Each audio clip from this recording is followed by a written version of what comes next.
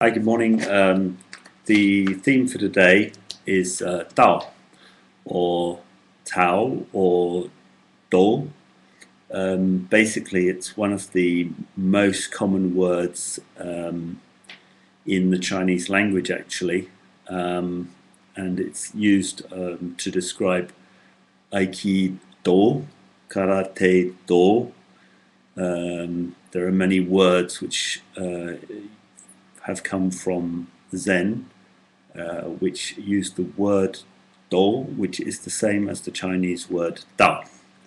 So I'll show you first the character for Dao, and it's Dao, not Dao, if you speak Mandarin. So that's the character. Okay, now the Lao Tzu said, there's something which connects everything, and I can't describe it. This is obviously me paraphrasing it, but I can't give it a name, and I'm going to call it the Tao, because if I give it a name, then that isn't it. So if you can describe it, that isn't what I mean. If you can't describe it, that's what I mean. So it's really super, very much in this kind of Zen tradition, before there was even Zen, because Zen was a combination of Chan and Taoism. There was this very much a kind of koan, a paradox without a solution, as it were. That's what I call it, without a logical solution, if you like, breaking down the logical mind. Anyway, I can talk about Zen's koans, or koans generally, the structure of them. So if we look at the character, I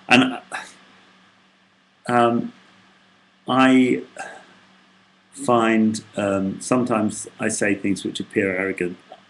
Probably I am arrogant. I'm really sorry if that's true.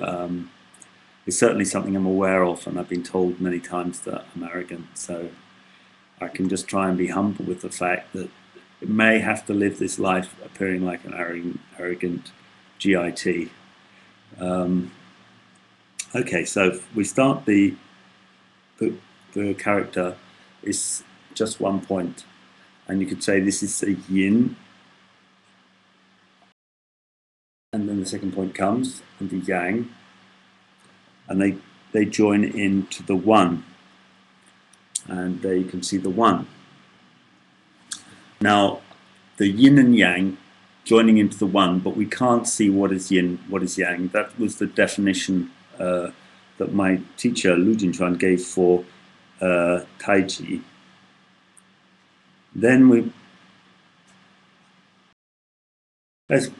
I'm saying this, okay, there's a connection from this yin-yang joining to the one to this 3 levels.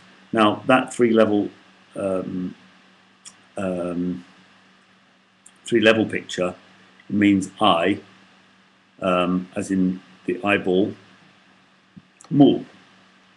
But if you put a little, if you like, an eyebrow on top of it, or a little dash on top of it, it means self, zi. Yeah? So you could almost say that this yin-yang oneness connected to the self, and then we have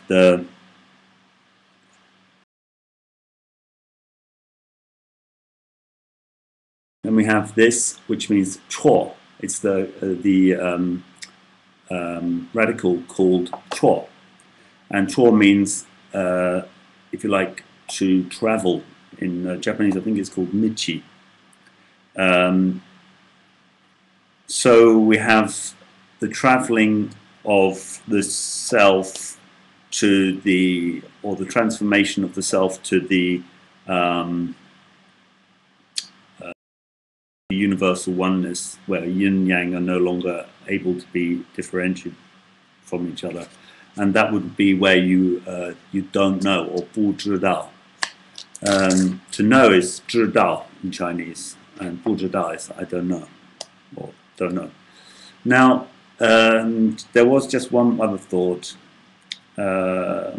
I do say a lot. I'm really sorry. I see people coming on YouTube and they've deleted all their ers. Um, I can't do it. Anyway, there is another explanation because the character,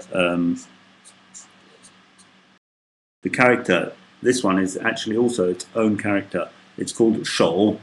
Shoubu is the capital city. It means main, or German Haupt, the most important.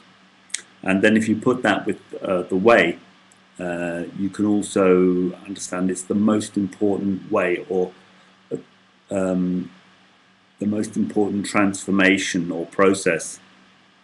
Shou also has the meaning of head, so you could also understand it as a transformation that happens in the head. Okay, well, obviously there's a lot of scope for translation of all these kind of things. I've only really looked at the characters, but I did also want you to know that if anyone says they know what the Tao is, then they don't know what the Tao is. And if they don't know what the Tao is, then they know what it is. Anyway, I think you know what I'm talking about if you don't know what I'm talking about. Okay, so have a nice day. Sorry about this. Bye.